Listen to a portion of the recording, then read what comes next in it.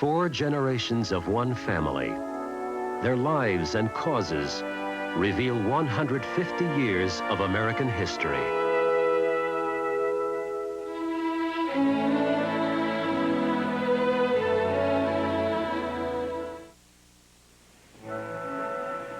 (1809). The Atlantic separates the fledgling United States from her former enemy, Great Britain, and her former ally, France. Britain, under the aging and now demented George III, is locked in a struggle with France for the mastery of Europe. In that encounter, both nations preempt the high seas. A former soldier, general, consul, and now emperor, Napoleon, battles England with a spectacular cunning.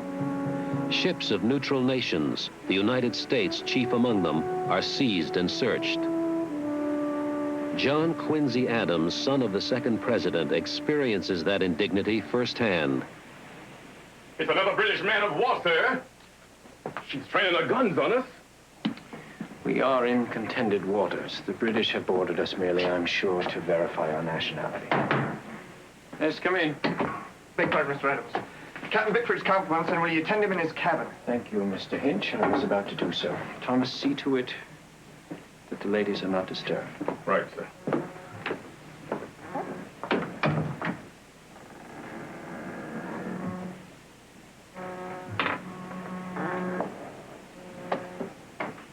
Your permission, Captain.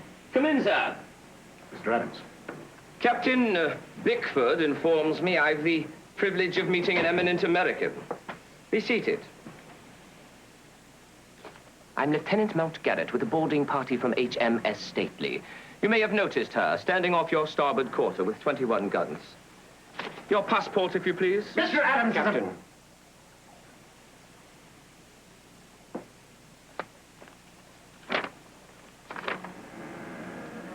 John Quincy Adams, Minister, Plenipotentiary from the United States of America to the Court of Russia. Traveling with his lady, infant son. He's ordered me to turn the ship about, and he's threatened to seize her if I do not. And he proposes to take one of my sailors to impress him in his navy. Under what authority? This, and the instructions of my captain, the directions of the Admiralty, and the mandate of His Majesty's orders in council. Unless some tragedy has befallen us since we've put to sea. My country ceased living under His Majesty's rule 33 years ago. England is at war with France, sir. France has an alliance with Russia. Any ship bound for Russia is presumed to be friendly to Bonaparte and therefore England's enemy. Yes, yes. Tell me, Lieutenant. Do the instructions of your Admiralty supersede the acts of your Parliament? Of course not. Why? In the rule of Queen Anne, by the Act of 1708, your country, along with all civilized ones, subscribed to a rule of international usage. The agreement states, and I quote, all ministries, embassies, and consulates are protected from intrusion by diplomatic immunity. A ship in the middle of the Baltic is hardly a ministry. This ship, Lieutenant, and you might refer to her papers, was fitted out for the express purpose of carrying my ministry to St. Petersburg until she docks there. And as long as I am aboard, and so long as she flies the flag of my country, this ship is an American ministry. And any intrusion or hindrance upon her is, by your own law, a punishable crime. At sea, I believe that is called piracy. It's ridiculous. Is it? Well, perhaps your epaulet gives you the authority to declare your country at war. Your captain might not be grateful to you for committing an act for which he would have to answer. Confound it, I'm a military man and not a sea lawyer. Perhaps if you return to your ship and discuss this dilemma with your captain, he might be grateful to you for your concern for his career, if not your own. I'm returning merely for consultation. I hope that is clear. This ship is still arrested until my captain decides otherwise. Yes, of course. And when he does, just to save you the trouble of boarding us again, may I suggest that you simply dip your colors as a signal for us to proceed? Dip our colors? That would be a salute. You have my leave, Lieutenant.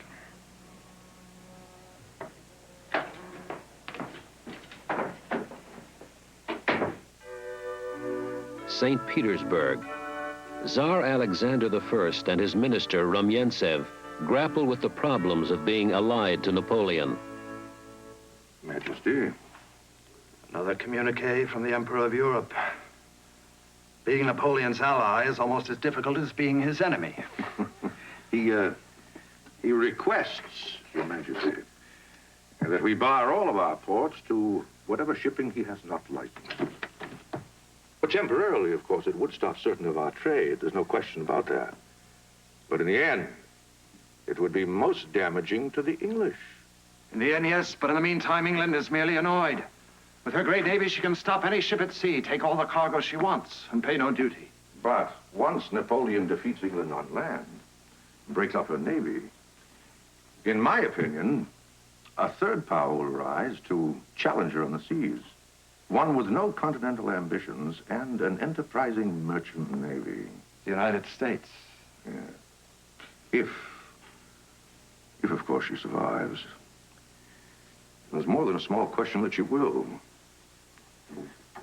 The government controls only a small portion of a great continent. The native Indians are a constant problem. The Spanish and the English still control much of the unpopulated land. This morning I received an appeal from Adams, the American minister, about American ships, which we have, at Napoleon's request, detained in Archangel, Riga, and other of our ports. Yes, Adams does press us on those ships. I like that man, Adams. He's somewhat severe, but highly principled. From an illustrious family, too, for a wilderness country.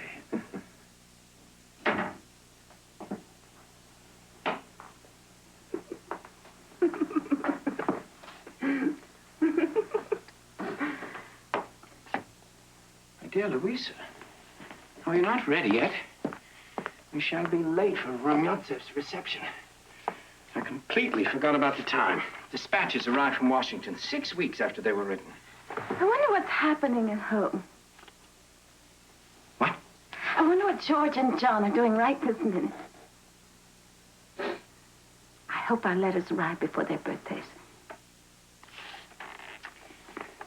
Our sons will have a good many more birthdays, and we will share in quite a few of those. I will leave you to finish your own wardrobe. The carriage is undoubtedly waiting.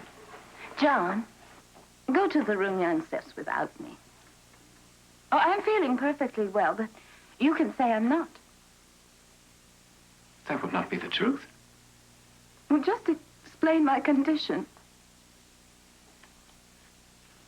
Has someone offended you? Not someone, John. What? That dress. It's seen and been seen at 3 court balls, 4 embassy dinners, and... Lisa, the country pays us what it can afford. I will await you downstairs. But, John, this reception will merely be another conference between you and Rumyantsev. I would gladly put on the dress and go if you would spend the evening there with me. We could dance, John. Dance. The Polonaise. Oh, yes, the Polonaise.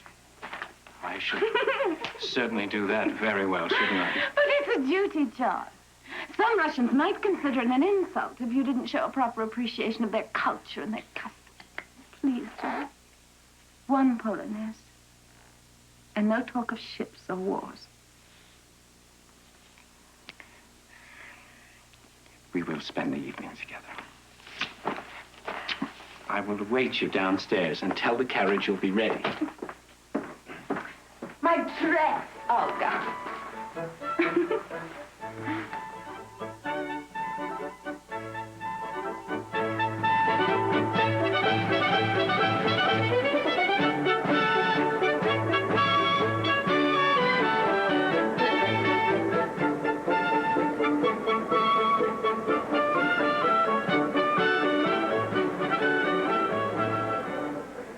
John, isn't it time we ventured onto the dance floor? My dear Madame Adams, now if it were in my power, you would grace each of the conferences I seem always to be having with your husband. I'm afraid you find me extremely slow-witted at politics. Most of the men I have to deal with are, too. Excepting, of course, Mr. Adams. I've gotten to understand him quite well, you know. Well, he's going to surprise you tonight. Oh, really? Still, I'm quite sure of what he is thinking at this moment. Of the United States ship that was impounded 3 days ago at the Riga. Actually, sir, I was thinking not only of the one, but of the 22 others that are unable to unload their cargo. Yes, deplorable. And the Tsar himself expressly used that word. well, if he feels so strongly about it, perhaps we can expect some action. Mrs. Adams, what a pleasant surprise. Good evening. I didn't see you at the reception last night. No. Oh, General Coulant. Madame. I see you, Blue. If I had been fortunate enough to have been born, Monsieur Adams, I should never permit you to be absent from my side. Come, there is one thing I must show you. Thank you, but... Our painting has just arrived from Paris for Count Rumyansev's collection. The painting is a religious one. I understand that many of your countrymen and women, of course, are Puritan. Oh, yes, that's true. Especially in Massachusetts. Oh, that is where you were raised? No, I plead guilty to having grown up in Europe. My schooling was in Paris. Madame, that explains it. Your charm. That certain look in your eye. The look in my eye, General, it can only come from searching for my husband on occasions like this.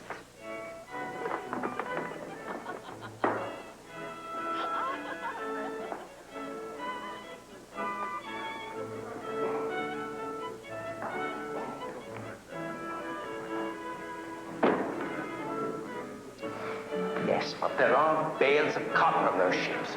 Wool. And you need them. I'm willing to obey the laws of Russia, but not the edicts of Napoleon. Now, there must be a way. My dear Adams, be reasonable. It would merely infuriate the French. Excellent, is it not? From Bordeaux.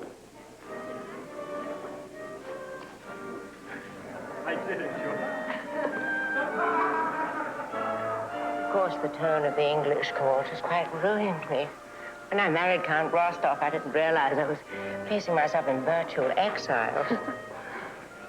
I suppose to your eyes, Mrs. Adams, all this seems quite fashionable. Madam Oplensky, do you know Mrs. Adams?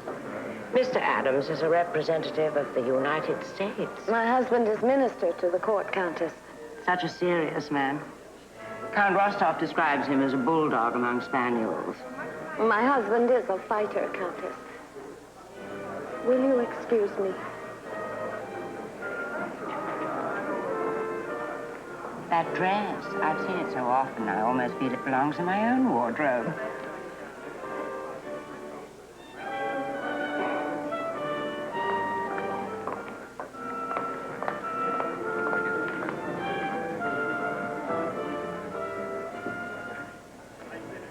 But my dear Adams, now really, we must support Napoleon's continental system.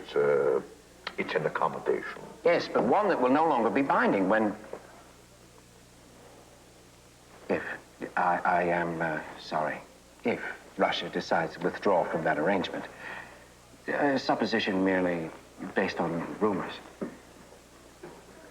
That supposition proved to be true. In the maze of European politics, allies changed as rapidly as partners on the dance floor. Soon the French ambassador had revealing words for the American minister.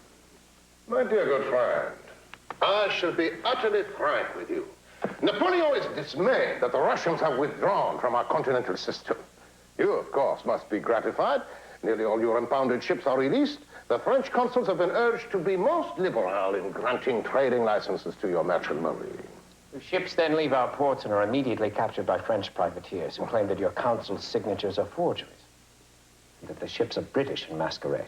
How are we to know? The stars and stripes are a popular disguise at sea. Britons and Americans are similar in appearance and speech. If a seaman swears on the bones of George Washington that he is one of your countrymen, what can we do? How do we distinguish between the Britisher and his cousin? Now, if your country and France were, shall we say, firmer, more committed allies... My dear General, that responsibility is my government's, not mine.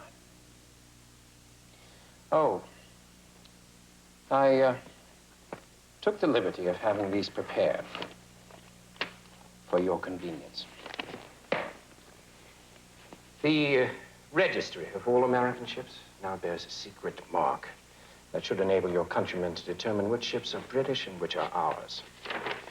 A list of prominent merchants in most American seaports. Any captain purporting to be from those ports would, of course, be familiar with their names. And a glossary of common nautical terms, including some profanity, with the differences noted in British pronunciation and American, to enable you to distinguish between one Anglo-Saxon and another.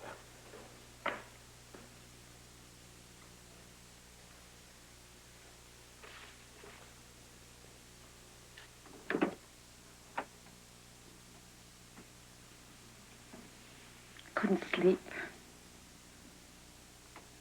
Come, keep me company. It's not your condition. Oh, baby? Oh, it's too soon for discomfort, John. This baby will be a girl. I know it. A healthy, happy, beautiful child. Her brothers will adore her. I was happy when our firstborn was a son. The truth is, I'm more comfortable with girls, I think. Yes, well, with 6 sisters, you should be. If only we could all be together when the baby's born. John, the letter from Mr. Madison. The President is a prolific correspondent. Which letter? You know, John, the one your mother caused him to write. Only Abigail Adams could have gotten the president to authorize our return home. Well, that was my fault. I've complained too much in my letters to my mother about the expense of living here. Your complaints were justified. 6,000 rubles a year. This. It is adequate. But Spartan. An unfashionable neighborhood. Too small for us to entertain. Well, with the constant parade of balls and parties, no one seems to miss our hospitality. We couldn't entertain if we wanted to, if it were necessary. John, I know you're handling our country's interests well, but how long must this go on? Louisa, this is an outpost of government, not a home. Our home is in Massachusetts. And it awaits us. When? When will we see it again? When my duties here are finished.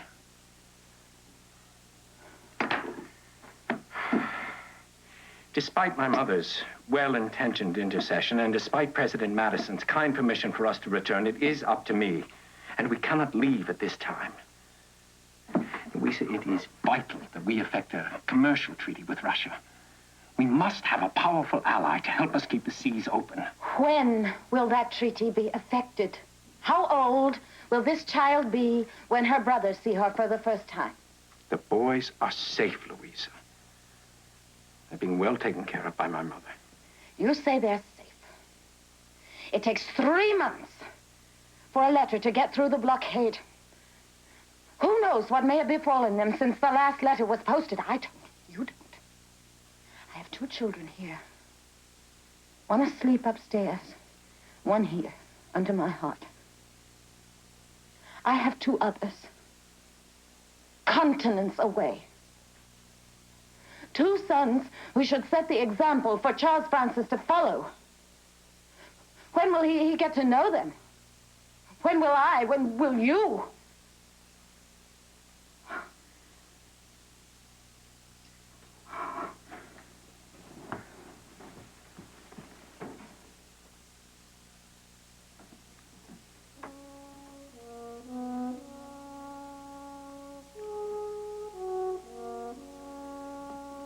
The whole continent of North America appears, Father, to be destined by divine providence to be peopled by one nation.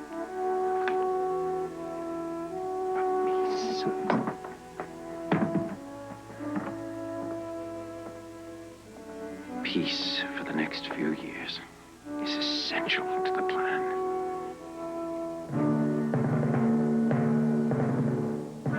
In Washington, some voices speak of peace while calling for war. Some rage against France, others England. No man in America desires peace more than I. But I prefer the troubled ocean of war when demanded by the honor, the independence of our country. If we are forced between France and Britain to select our enemy, I am for war with Britain. Mr. Monroe, you have just been made Secretary of 18 not very United States. Henry Clay and his Western friends are determined we battle Britain. If we declare war on anyone, Massachusetts wants it to be France, and then there is the faction that demands war on both France and England. And demand for peace, but so strongly for it that they will fight anyone who's against it. The Constitution glues us together, but for how long? For that very reason, I think it is important that you see this latest dispatch from Mr. Adams in St. Petersburg. The rumor there is that the French and English are at a standstill. Napoleon needs a triumph. He's turning his eyes to a fresh conquest, Russia. His ally. Oh, so is heaven, if we are to believe the Emperor's boasting. Mr. Adams thinks that within 5 years, Europe will be practically bankrupt, and we, for the first time, will be in a position of power. But we must use those years to implement our strength, not to dissipate it on a battlefield. Of course, all this is speculation on Mr. Adams' part. I have every confidence in Mr. Adams. It's a pity that I must bring him home. Supreme Court. Oh, John. It is an honor. We're living in Washington. The house will have to be large, of course, with a garden for the boys. Charles Francis barely remembers our country. What are you thinking, John? Just that if one is to be put on a shelf, it is indeed a very high shelf. The Supreme Court? A shelf? You've decided not to accept the appointment, haven't you?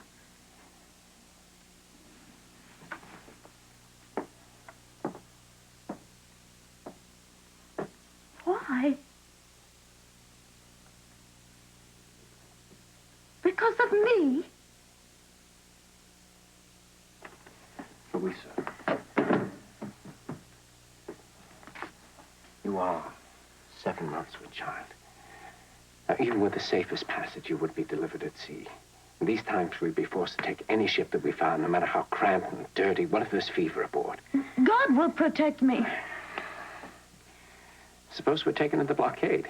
There will be no midwife in a British cruiser. Ships do get through the blockade. You cannot risk it. Then you go without me. I'll join you after the baby's born. No, I'd be no husband to you if I did that. Write President Madison tonight. Louisa. Ask that he hold the appointment. He'll do that. You're determined not to go. I am not finished here.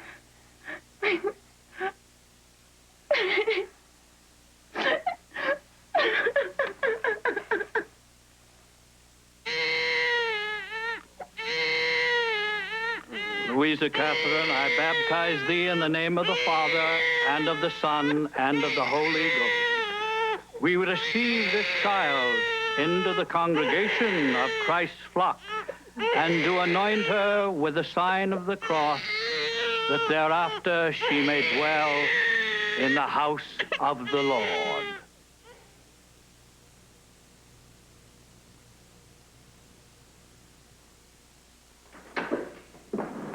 Count, sir. I've just heard. Is it true? Does the treachery of the French astonish you, Mr. Adams? Yes. Napoleon has just invaded Poland. Our main forces have been driven back to Smolensk. And you have made peace with England. We need England now. So, you have allied yourself with a country that has shown such hatred for mine. The Tsar is determined to withstand any English pressures against you. He characterizes his attachment to America as obstinate. My country will be as gratified as I am to hear that. It is our earnest hope that you can escape the horror of this.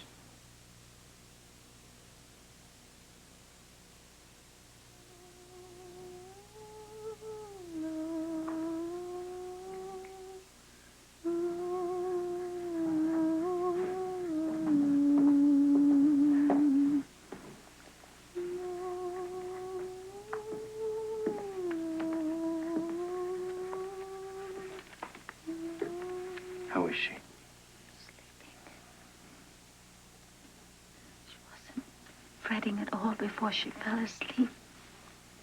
Her fever seems to have lessened. She smiled at me, John, before she fell asleep.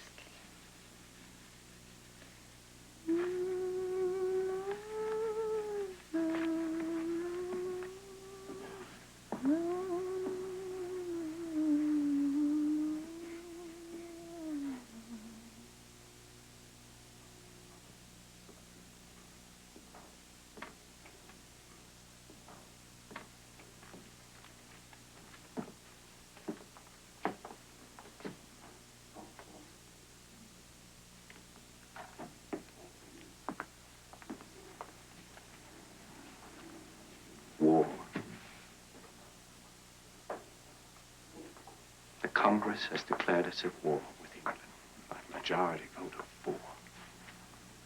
War? There are few details in that paper.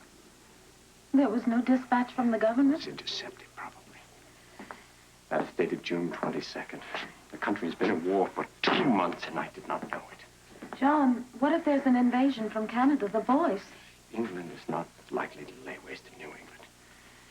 Just too many friends there. War? You said over the months what a tragedy this would be. Means we must fight for our freedom once again. And if we lose, there will be no United States of America as we know it. And that must not happen. Any sacrifice we're called upon to make, we must accept willingly. And may God help us. Mrs. Adams! Mr. Adams! The baby!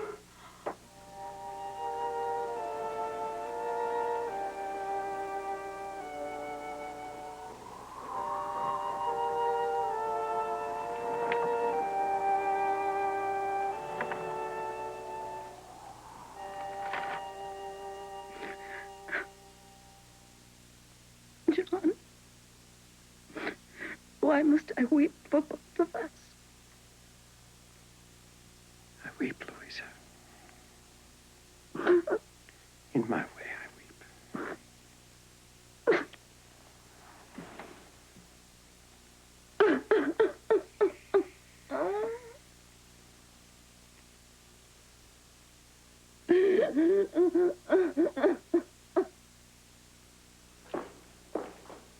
Moscow has not fallen. Not today, but tomorrow. Tomorrow, the next day. She will be gone. This moment calls for vodka. Those evenings so delightful with the exquisite French wines are now over. Now even their wine would taste bitter.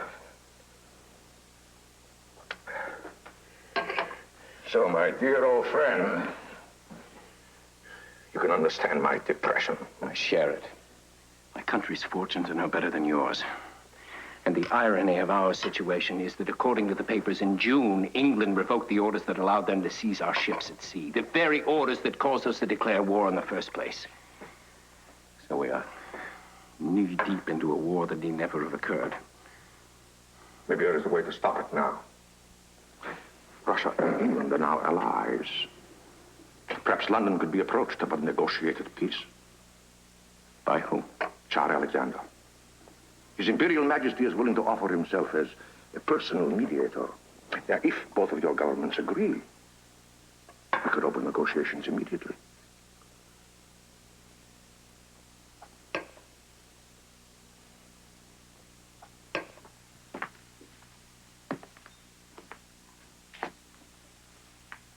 Should have sent for the doctor. Doctors can't do anything for me. All winter, I waited for the summer. Now flowers are growing on her grave. I was there this morning. Louise, there is some hope. Hope for the war's end, at least. Mr. Gallatin, Mr. Bayer, I'd be arriving in St. Petersburg soon to begin the negotiations. I have not become, John, the wife you expected me to be. Louisa, you are the wife I want.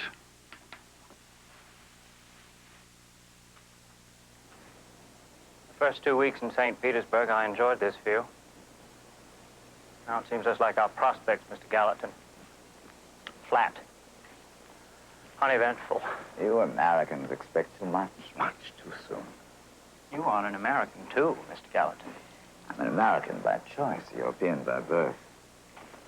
Europe bred me a defeatist. America has made me an optimist.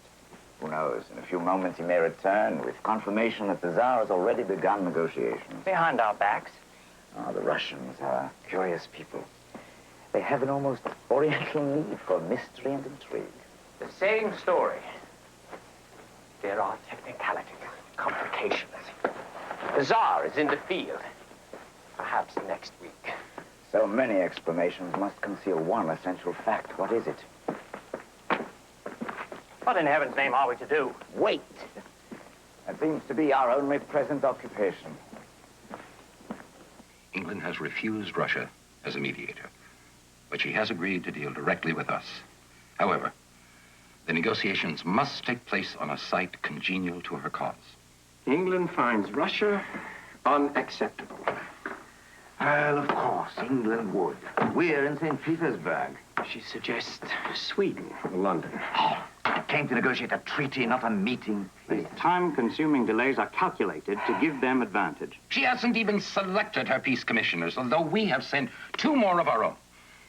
Clearly, England intends to win the war by avoiding the peace. The dilly-dally. Common diplomatic dance, but cruel, cynical, and deadly to the men on the battlefield. We must do the unexpected now. What? Bad and I will leave here. Yes. Try to make contact with the English on our own. We must do it now, before we have nothing to use in the negotiations. Who's Papa going to be with again? Mr. Gallatin and Mr. Bayard. 35 kopecks. John. Sentiment, Louisa. Sentiment.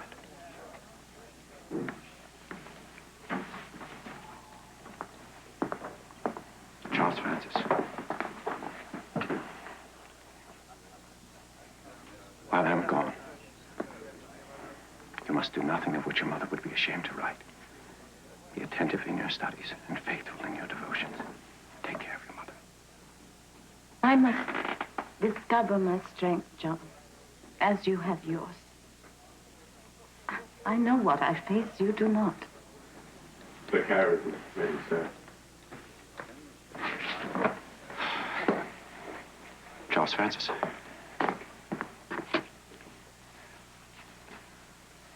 Almighty and merciful God, into thy loving care and watchful keeping I commend my family, both here and in our own country, and pray for a felicitous reunion. In this world or the next, thy will be done. Amen. Amen. Amen.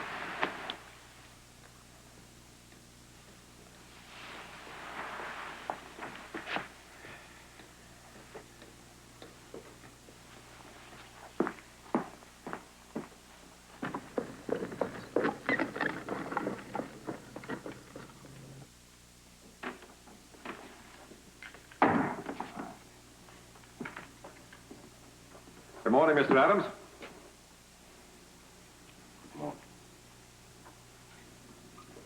Good morning, Mr. Clay. Gentlemen, we are finally able to begin a discussion of the issues that confront us before tomorrow's first meeting with the British Commission. I trust you all have been enjoying the attractions of the city of Ghent. Well, hopefully we will spend less time than we did in St. Petersburg. 6 weeks already, Mr. Gallatin. The English move slowly. Except on the battlefield. I am sure Mr. Gallatin and Mr. Bayard are as pleased as I am with the President's choice of two such exemplary representatives of our country's interests as Mr. Clay and Mr. Russell. Yes. Gentlemen, as you know, we begin this bargaining from an unfortunate position. That is, the war goes on. Now, it seems imperative to me that this commission, when with the British at least, present a united front. Even when we are, in fact, not united, Mr. Adams?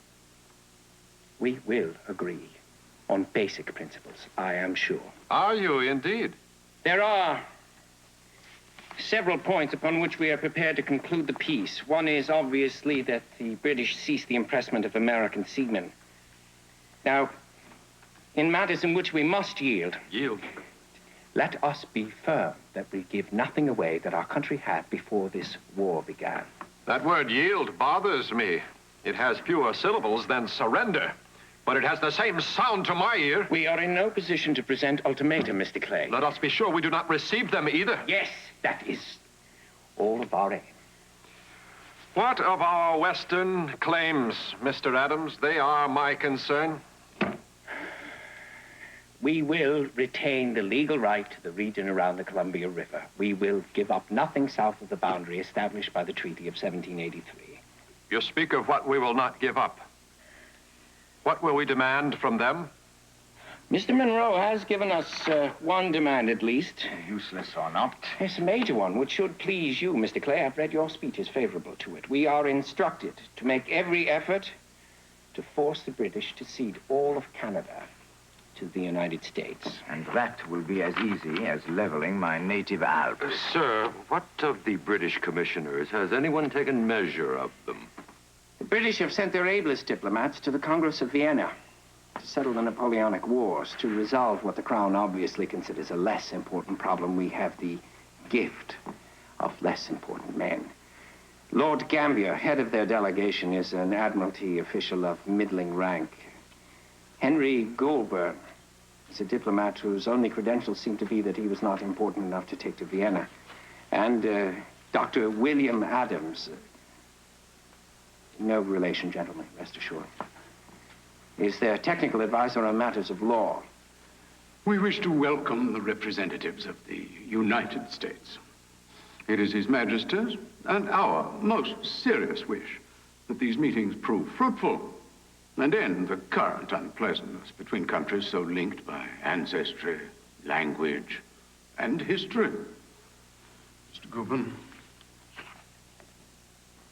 After due review, His Majesty's government is prepared to deliberate the following points in dispute. Item, impressment. Our official attitude is that this is purely an internal domestic concern, but to prove our willingness to cooperate, we will consider placing it on the agenda at some unspecified appropriate time. Item, a revision of the boundaries between Canada and the United States. Item, to revoke the 1783 agreement permitting American fishing rights in Canadian waters.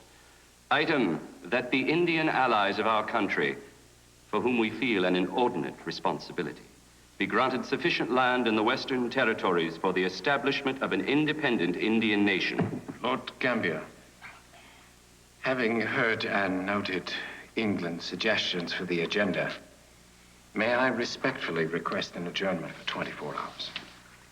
20? Did I hear you correctly, Mr. Adams? You did, sir. At the end of that time, we will have our thoughts assembled for the deliberations. Oh, and it will take you 24 hours to assemble your thoughts? It will, sir. Well, if you truly deem it necessary, the meeting's adjourned.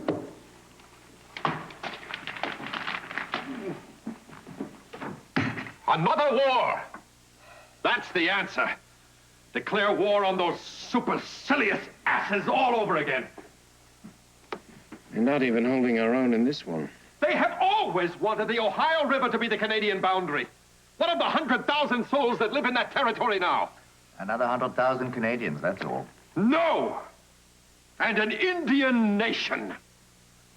That means a British flag flying right in the middle of our continent. What about the right to fish in the Canadian waters? If we lost those rights, New England would secede from the Union. And good riddance to them. Gentlemen. We have been given begrudgingly 24 hours to work out our reply. Now, your anger will not reduce the severity of the English demands. Lord Gambier's items were designed to produce this very effect. He needs the 6 weeks it would take us to receive instructions from Washington City. He won't succeed. No, sir, he will not. If the British succeed in delaying these negotiations, we may have precious little left to negotiate. And we must work out our answer tonight. We must keep this conference in session. We are frankly astonished that the subject of an Indian territory, or nation, if you prefer, is even on the agenda of this commission. Our government has complete sovereignty over the natives and the territory they occupy, and that is as it must be. Lord Castlereagh's formula for these negotiations gave no indication that this subject was even to be discussed. Now, there would be no value in going on with it. It is not unusual under conditions such as these to pursue our conversations and reach a tentative solution. Your commission would then sign a provisional article of agreement, subject, of course, to the ratification of your government. Our stand on that is equally firm. But the Native American tribes are a matter of great concern to His Majesty. Were they when we were His Majesty's colony? His Majesty's benevolence to the Aborigines is well known. Mr. Adams, are you willing to go along with us and work toward a provisional article? I am not, your lordship. We can sign nothing concerning subjects we are not even authorized to discuss. Perhaps you'd like another adjournment to discuss this with your colleagues? No, sir. That would be useless. We are united on this subject. Then leave us no choice but to adjourn these discussions until we can consult with His Majesty's government in London.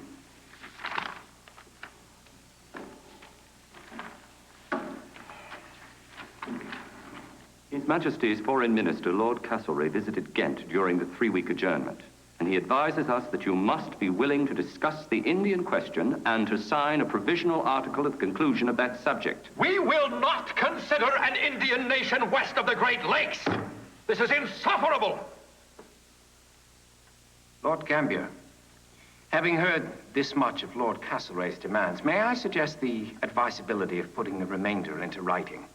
For our study and deliberation, we will also answer in writing. This will avoid the possibility of any misinterpretation on either side.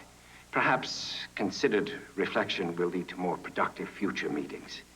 Is this agreeable to your lordship?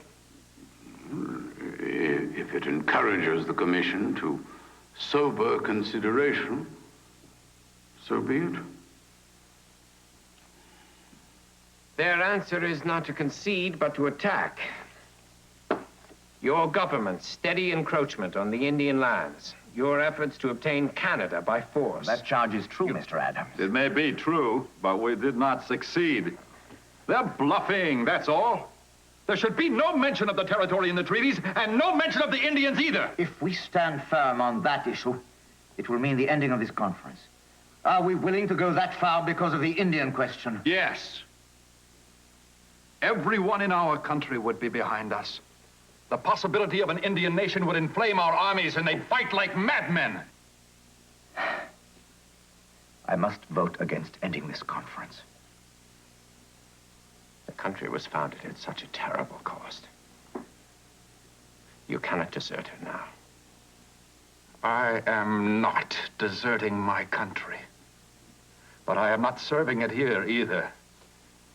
I shall write the eminent Lord Gambier tonight. I shall request a passport from the British Navy to allow me to return home.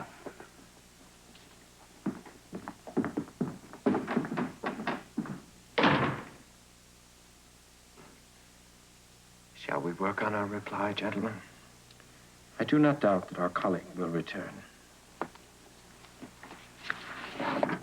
This communicating by letter is inhuman. There is no flexibility in pen and ink. Unless it comes from our ministry in London. This just arrived from Lord Castlereagh. We're ordered not to let the negotiations end. The ministry fears that would fire American patriotism to fight on and eventually weaken us at the Congress of Vienna. If the Americans truly knew the military situation, they'd be on their knees before us. As we speak, our army should be advancing on their capital. I know what I would do with it.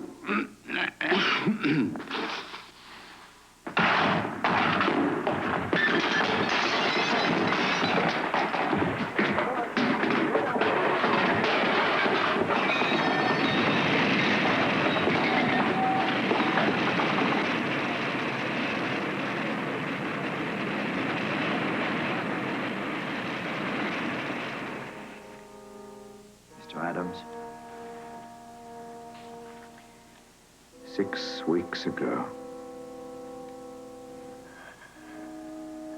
Only the hand of heaven can help us now.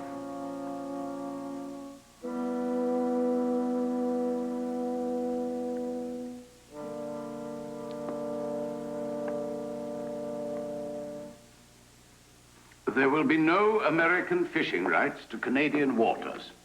Phrase it even more strongly if you can, Goulman. Mr. Krey, the fishing rights are essential to the economy. Essential to your beloved New England. It is the British demand for navigational rights to the Mississippi that we should be discussing. Give up access to the Mississippi and the navigation rights? Well, these colonials are trying to push us off the continent. We must bend somewhere. Despite Mr. Krey, cannot we trade the navigation rights on the Mississippi for the fishing privileges? Let the British sail to New Orleans after they have paid the proper customs. No, Dr. Adams. No custom tax. I refuse to consider it. Here, you write.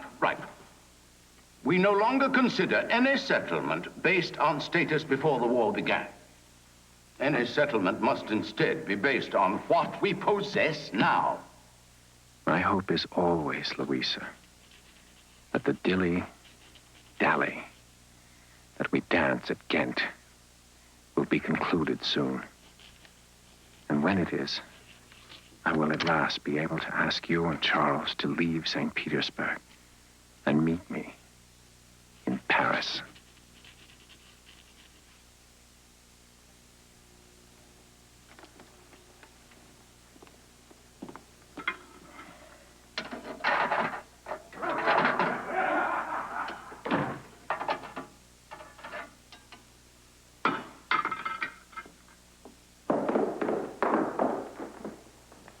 Mr. Krey, do you need assistance? Pray, don't trouble yourself, sir. This is not the first time I've come to bed with the help of the banister. No, sir, nor the first time you have come to bed at the same hour at which I have arisen. I've disturbed your morning labors. My apologies, That is sir. not what is important, Mr. Krey. What is important is that we remain vigilant and sharp-eyed for this enterprise we are attempting to conclude. You fear I shall not have my wits about me. A few hours sleep, and I'll be as sharp as a Yankee. I do not doubt that, Mr. Clay. I hope you will forgive my concern. I'm obliged for it, sir. Good night, Mr. Adams. Good morning, Mr. Clay. We've heard from Monroe. Fort McHenry is held, and the British have retired from Baltimore. McDonough has won for us on Champlain. And the invasion of New York was turned back at Plattsburgh. Wait till Lord Gambier hears that. There's more. The attack on Lake Erie has been thoroughly repulsed. You said only the hand of heaven would help us. Yes, the British may have played their delaying game too long. I wouldn't bet on that too heavily, sir. The British have petitioned their beloved Duke of Wellington to take command of their army in our country. Should he consent to accept the post, we confidently expect his sword to carve enough meat off the Yankee turkey so that there will be nothing but bones brought to the table at Ghent.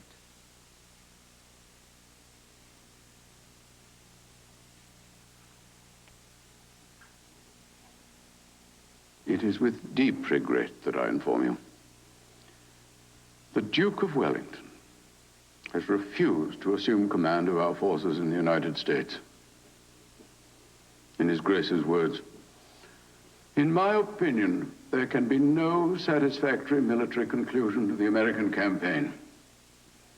My best and earnest advice is to settle this on the basis of status quo before the war began.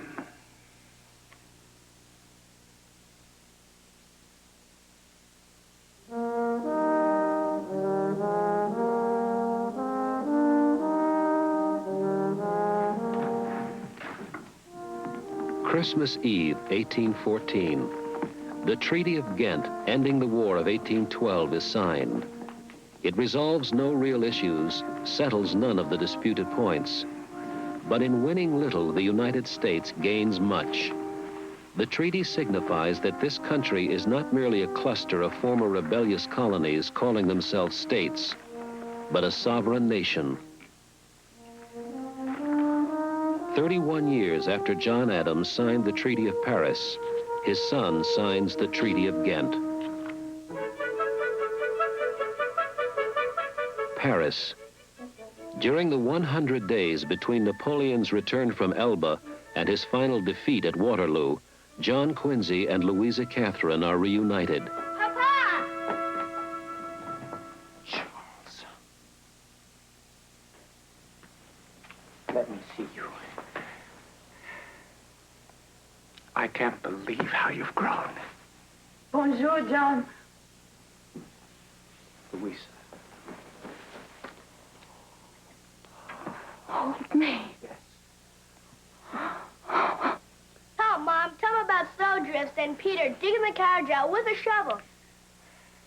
What, on the trip? It was so cold our food was frozen. Like Mrs. Madison's iced cream. And tell me about the coachman stealing the silver and all our money and running away, and you being sick in Strasbourg. Now, that was nothing. I swear it, John, just exhaustion. Those 6 weeks traveling made St. Petersburg a very pleasant memory. John, one of the boys. You've heard from Massachusetts, haven't you? Yes, and they are well. Well, let me read their letters. In a moment. Entree. I have asked the concierge to serve dinner as soon as you arrived. Will it be hot? It will be just as you wanted. I've even remembered all of your favorite victuals. And there is wine. Oh. That same wine we had so often at Rumyantsev's. John, where are our son's letters? A toast. Let me read the letters, John.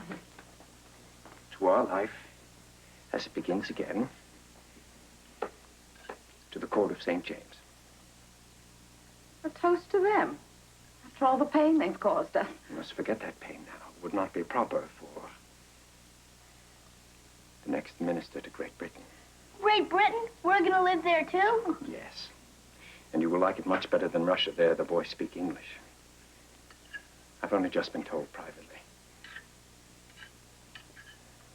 I've written my mother and instructed her to put the boys on the first ship to Europe. Oh, John. And so, after so very much, we will all be together again.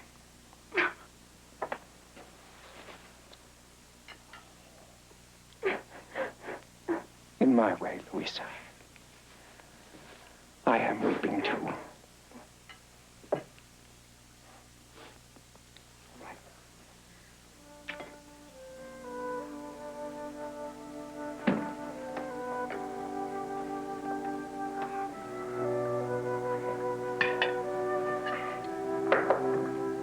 Grace, O Lord, for what we are about to receive, we humbly thank you. Amen.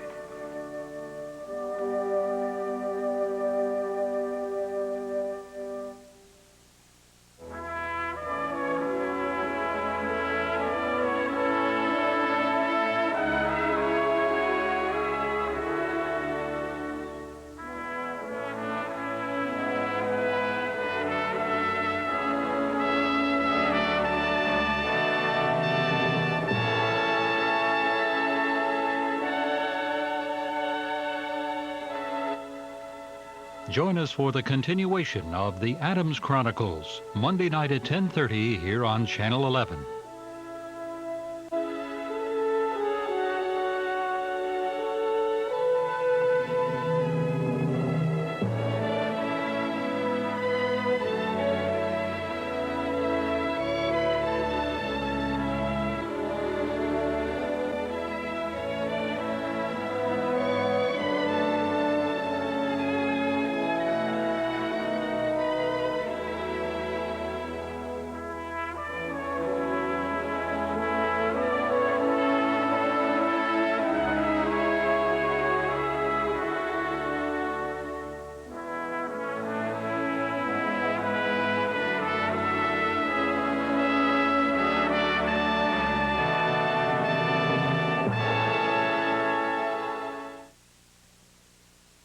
The original production of the Adams Chronicles and this special presentation have been made possible by the Andrew W. Mellon Foundation, the National Endowment for the Humanities, and ARCO, worldwide producer of petroleum and petroleum products, as a tribute to the 200th anniversary of the American Constitution. ARCO, energy for today and tomorrow.